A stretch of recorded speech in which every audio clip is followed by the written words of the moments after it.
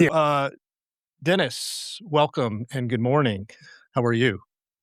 I'm doing great, Eric. Uh, yeah, so I'm Dennis Smith, and I'm a planner in residence at Florida State University's Department of Urban and Regional Planning, and I'm also an emergency management consultant. So let's talk a little bit about your background. How did you get Good. to FSU? For full disclosure, we've known each other since we were in graduate school in the space that you're probably sitting in. So we've known each other for quite a while, but how did you end up being the planner in residence at Florida State? Yeah, that's a great question, Eric. I have a pretty long and diverse career. I started out in the public sector. When I first moved to Florida, it was the year that Hurricane Andrew hit. So my entire kind of educational focus and then my career trajectory really centered around work that I was able to do with some faculty members, uh, looking at the way in which Florida had started planning for natural disasters. Um, and so that set me on my path to work first with the Florida Division of Emergency Management, later Vermont Emergency Management, believe it or not. And then after some time there, returned to Florida, moved into the private sector where I worked with PBS&J, a major Florida company, heading up their disaster recovery. After working there for a good part of my career, I transitioned to Florida State University, take on the role of planner in residence here in our Department of Urban Regional Planning, and it's my alma mater, so it was really kind of a full circle. So how long have you been at FSU as the planner in residence? Yeah, so I left PBS and J Atkins uh, in 2015, and then I spent a year working with the Florida Department of Transportation in their planning and policy group. Um, while I was at DOT, I had an opportunity to work a little bit more closely with the department, and at that point, this position came open. So I officially started in 2017 with FSU. So I've been here, almost a decade, and so it's been a great experience. But also too, it's kind of towards the end of my career, so it was a really nice way to transition from first the public sector to the private sector, and then now to academia. So you've got an interesting position there because you not only teach graduate classes, but then you also do projects through the Barnaby Lab, if I'm pronouncing that correctly, or Barnaby Lab. And that's what I really want to talk about. And so I think our member counties would be really interested in the type of work that y'all do. So talk a little bit about the classes that you teach, and then let's talk about the projects and the actual hands-on work that your graduate students do. Sure. Yeah. So Florida State University has the oldest urban planning program in the state. We just celebrated our 60th anniversary. The program was established in 1965, and the program for a very long time has had a position called planner in residence. The idea of the kind of the founders of the department was to bring in a professional who had worked in professional practice to teach students, really what it was like to work in the work environment, to address real projects. So to form that bridge between theory and practice. Um, Initially, the position was set up to be, like a 3 to 5 year appointment, and then later that was relaxed, so it's a full faculty member position now. Um, I had the opportunity to work under a planner in residence when I was a student, Dave Haight, who had worked at PBS and J, and Dave's focus was really on urban design uh, and uh, and land use planning. And so when the position opened up for me, I came in with a lot of experience with managing mid-sized to large-scale projects for state and local governments. And some of the projects were rather complex: hurricane evacuation planning, land use planning, uh, but then also a lot of community outreach and engagement projects. And so that really helped me in this position to bridge into it. So in my role within the department as a faculty member, I teach our professional topics class.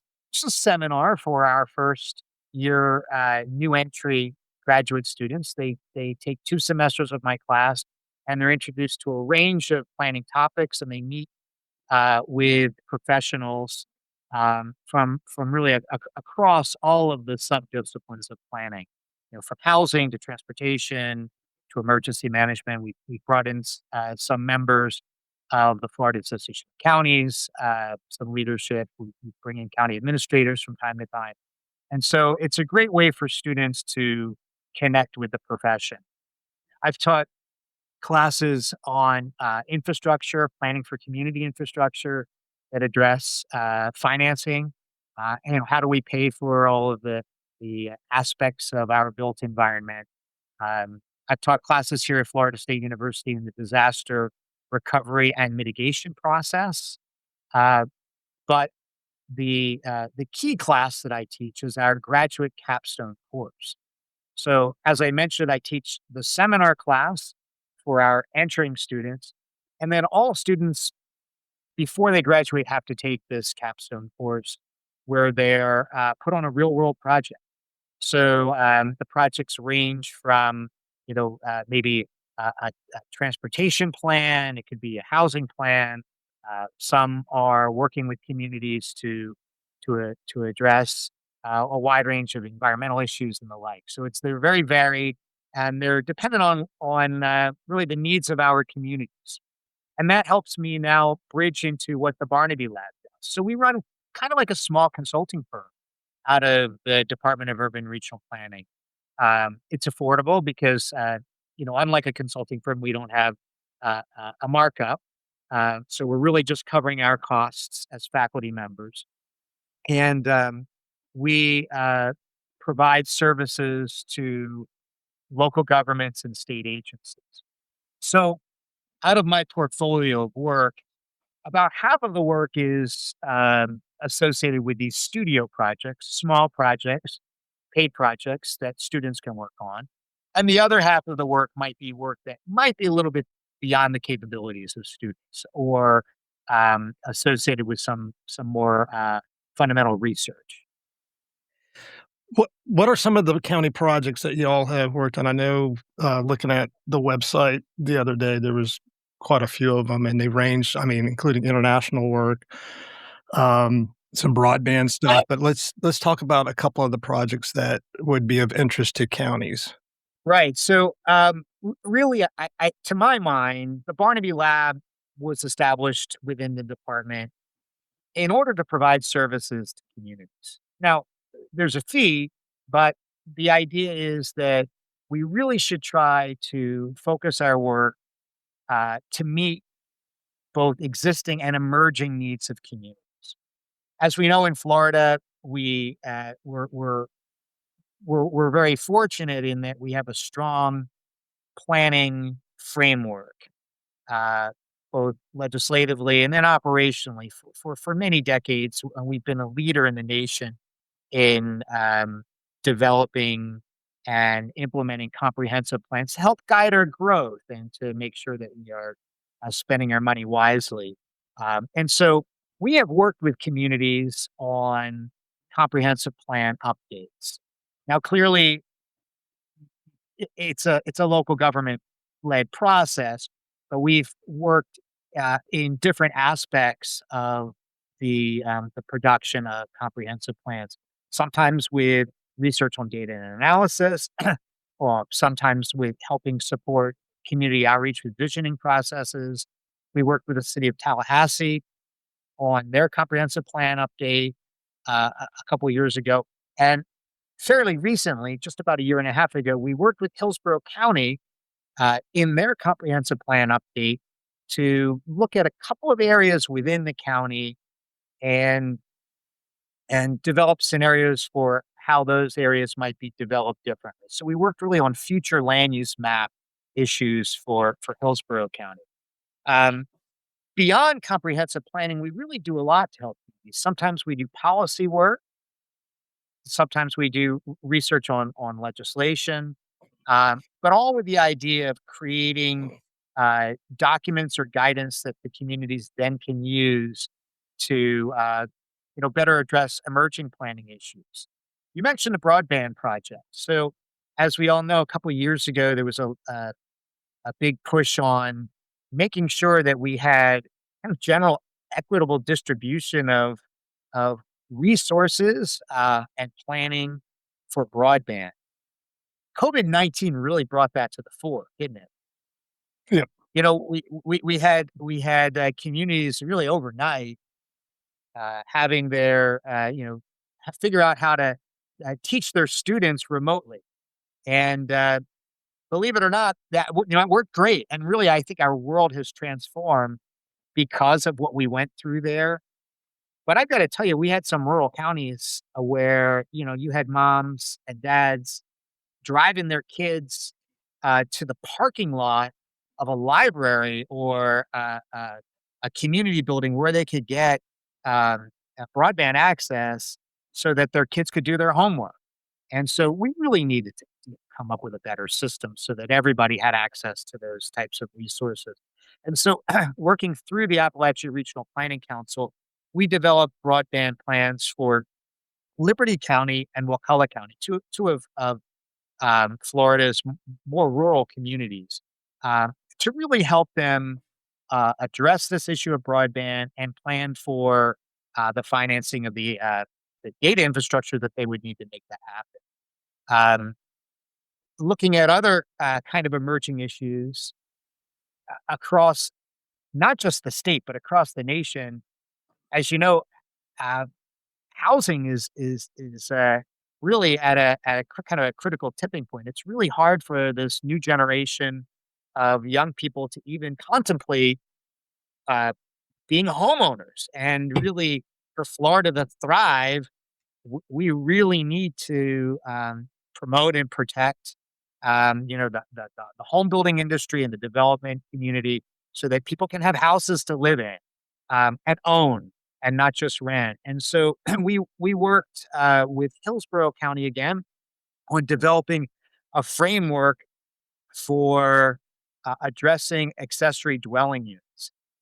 While accessory dwelling units aren't the cure all for affordable housing, anything we can do to rationalize expanding housing supply, working within the framework of community needs, we need to consider that. And we were able to do, I think, some exemplary work for Hillsborough County. In fact, there's a project that the students that worked on the project are being recognized for this year at the Florida Planning Conference. They won an outstanding student project award for that work. Dennis, I think I just saw last week a news clip on this, and I know it was either Pinellas or Hillsborough. I want to say it's Hillsborough. And someone had, built an ADU at their house. It was beautiful, and they were going to use it to rent out. So maybe that relates to Yeah, some of the work y'all did. yeah, and well, again, it's not the final solution on how are you going to address this housing problem. I think it's really important for communities to know that we're a resource that they can reach out to and work with to address, some of these emerging issues. And I think what's very compelling about the services we offer is that we can help augment their planning staff. Not every community has a robust planning or planning and development department. So I can come in as an advisor or essentially as a worker bee and get work done with my colleague Professor Billy Venimilia. She and I really run all of our direct consulting services. again, we are able to bring students on these projects. And some folks might say, wow, what kind of work can students do? But remember, our students are all graduate students working on master's degrees in urban and regional planning. So they come to us as college graduates, many of whom have already worked professionally. And so you're really getting a human resource boost, a manpower boost by bringing us on board. Because really, overnight, you can go from maybe a staff of two or three working on a really thorny issue to having that staff augmented by maybe 10 to 12 new people. Dennis, how do local governments find your work? How do they know about you? Well, that's a great question. It is, we are an agency of the state. And so we are relatively easy to work with. We have some non-competitive eligibility for accessing us, and so we really try to get our work out there through the professional planning channels, such as the American Planning Association and their state conferences, through the FSU website and our media and word of mouth. And so it seems like when we're able to do a project in a community, then we get a lot of follow up work either in that community or neighboring. You talked about the lab exists for, um, existing needs and emerging needs, and That's right. an emerging need in Florida and across the country, let me say, a emerging issue, maybe not the need, but emerging issue is, data centers, and I believe you guys are about to do some work, in a Florida county on that issue, if that's something you can talk about. Yeah, that's right. And so just like broadband after COVID-19, just like this issue of housing, which was a really pressing issue with the legislature for the last couple of years. Now our communities are grappling with this issue of data centers. Data centers come in all sizes. There are smaller data centers, and there are now these uh, what have been referred to as mega data centers. With some legislation passed at the state level to emphasize the ability of local governments to be able to analyze and regulate those types of uses. And so we are working now with the community to look at the potential impacts of these centers and to think through some of the optimal ways in which they can be cited. So, you know, we really take an objective approach to all of these issues, and so it's important for me as a professor, as well as an urban planner, to make sure that we are walking through some type of a methodological process that can be replicated and that provides decision makers with good information. It's not our job to necessarily make a firm recommendation one way or the other regarding policies, but we are very interested in understanding the impacts of data centers and what other communities have done with their local ordinances to better accommodate these types of facilities with respect to community concerns and impact. All right. Well, Dennis, just from a, I guess, a marketing standpoint, Yeah. if a commissioner or a planning director listening wants to explore a partnership, what's the first step, and what's the lab's capacity? What's your capacity to help a county government that has a need out there? That's a great question. So the best way to reach us is through me, Dennis J. Smith, through the FSU Department of Urban and Regional Planning, and you can provide my contact information at the end of this podcast. Folks can reach out to me by phone or email. I would also invite everyone to look at our website because we have a catalog of both these graduate capstone studio projects as well as some of our more recent research and publications to give everyone a feel for the the wide range of work we're able to do. And so that's kind of the best way uh, to reach us. Now, in terms of kind of work we can do for local governments, I am one person. We have another staff person who is our senior planner in the lab. We can bring students in when appropriate. Sometimes it's appropriate, sometimes maybe less so. But but we also have tremendous reach back.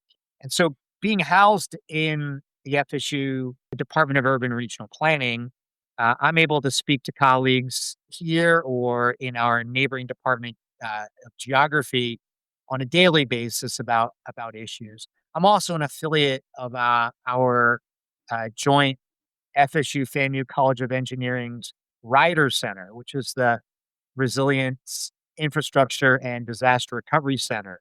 So we can reach back and tap into experts with an engineering background, with a more technical built environment background, to really bring together the best team possible. Now, we've also worked with other universities. So, as an example, if there is a local government and you're right next door to another planning program at another university that might want to do work or get their students involved, but don't have the same type of ongoing business structure we do, I'm more than happy to partner and share the work because, really, for me, not only is it about meeting the needs of local government. It's about educating the next generation of urban planners.